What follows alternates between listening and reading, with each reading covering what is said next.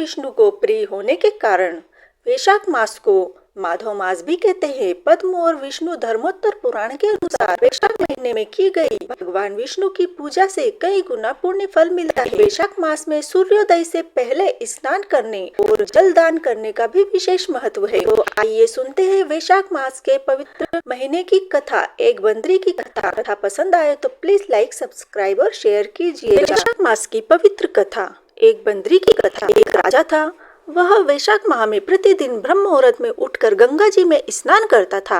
राजा का आदेश था कि मुझसे पहले गंगा जी में कोई भी स्नान नहीं करेगा। राजा जब गंगा जी में स्नान करने जाते थे तो उन्हें प्रतिदिन शांत जल के स्थान पर हिलता हुआ हलचल युक्त जल दिखाई देता था। तो राजा को संदेह होता था कि निश्चय ही इससे पहले कोई प्रतिदिन गंगा जी में स्नान करता है। अतः राजा ने नदी के तट पर पहरेदार बिठा दिए। गंगा जी के तट पर एक वृक्ष था, उस पर एक बंदरिया रहती थी। वह प्रतिदिन राजा के स्नान करने से पूर्व स्नान करके वृक्ष पर चढ़कर बैठ जाती थी। जिस प्रकार होते होते पूरा वैशाख माह व्यतीत हो गया, किंतु अंतिम दिन राजा के सिपाहियों ने देख लिया और उस बंदरिया को पकड़कर राजा के पास ले गए और कहा कि यह बंदरिया आपसे पूर्व प्रतिदिन गंगा जी में स्नान करती है।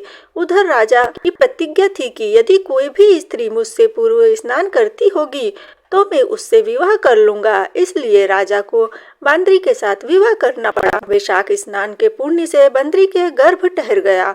9 मास पूर्ण होने पर बंदरी ने राजा से पूछा कि शिशु जन्म के समय मुझे क्या करना चाहिए। तब राजा ने महल में एक घंटी लगवा दी और बंदरी से कहा कि जब तुम्हें दर्द हो तो उसे बजा देना, मैं संपूर्ण प्रबंध कर दूंगा।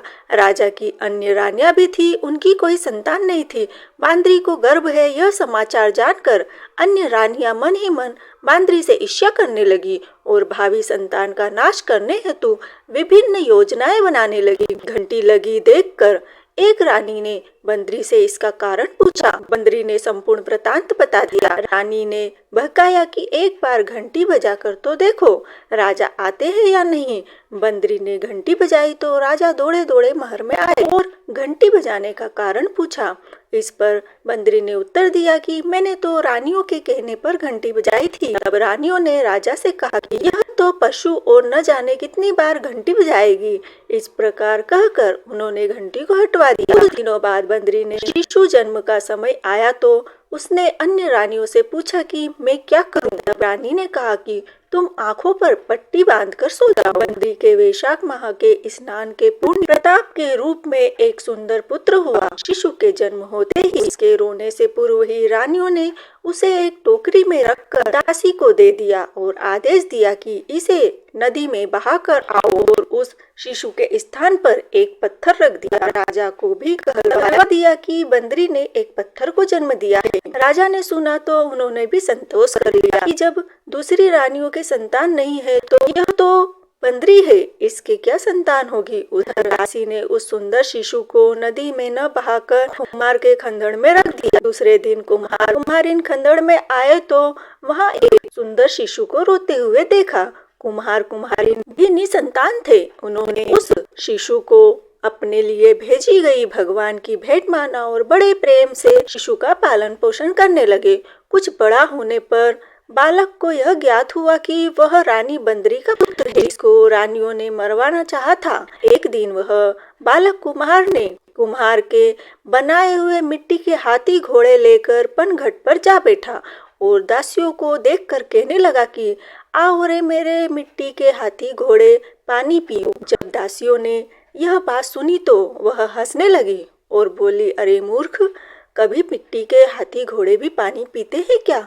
इस पर उस बालक ने कहा कि कभी बंदर के भी पत्थर जन्म लेता है क्या। उस बालक की यह बात दासियों ने जाकर महल में कही। रानियों ने दूसरे दिन विष मिलाकर लड्डू भेज दिए। ईश्वर की कृपा से लड्डू गोंद और बादाम के हो गए और उन लड्डू को खाने से उस लड़के की मृत्यु नहीं हुई। यह समाचार दासी ने रानी को कहा और रानी ने राजा से कहकर कुम्हार को देश निकालवा दिया। कुम्हार वन में रहने लगा। तत्पश्चात अगले वर्ष चैत्र माह में माता गणगौर के पूजन का दिन आया तो वह बंदरी का पुत्र 108 करवे और 108 गोली लेकर तथा घड़े में पानी भरकर बगीचे के बाहर बैठ गया। उधर राजा की और साहूकार की पुत्रियां गणगौर बनाने के लिए मिट्टी लेने के लिए आई तथा बगीचे में खेलने और झूलने लगी।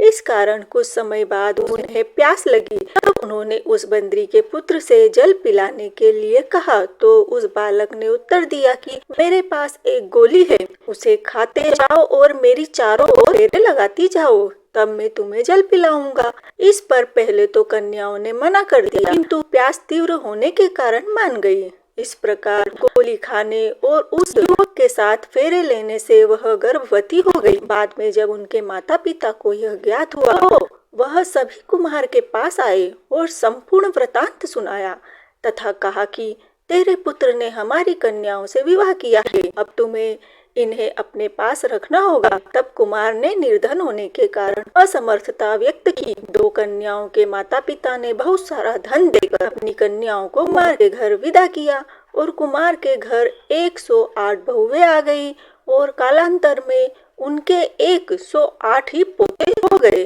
कुम्हार ने समस्त नगरी को भोजन हेतु निमंत्रण दिया और राजा को भी बुलवा दिया। राजा के यहाँ से रानी बंदरी के अतिरिक्त सब भोजन हेतु पधारे। तब राजकुमार राजा की आज्ञा लेकर बंदरी को लेने रथ पालकी लेकर गया और लाकर सभा में सबसे ऊंचे स्वर्ण आसन पर बिठाया। राजकुमार ने अपनी सभी पत्नियों को समझा दिया था कि बंदरी मुझे जन्म देने वाली माता है। एक एक बहू रानी बंदरी के चरण स्पर्श करती गई और एक एक सोने का सिक्का और पोते को गोद में देती गई। जब राजा और अन्य रानियों ने यह सब देखा तो कुम्हार के पुत्र से इसका कारण पूछा।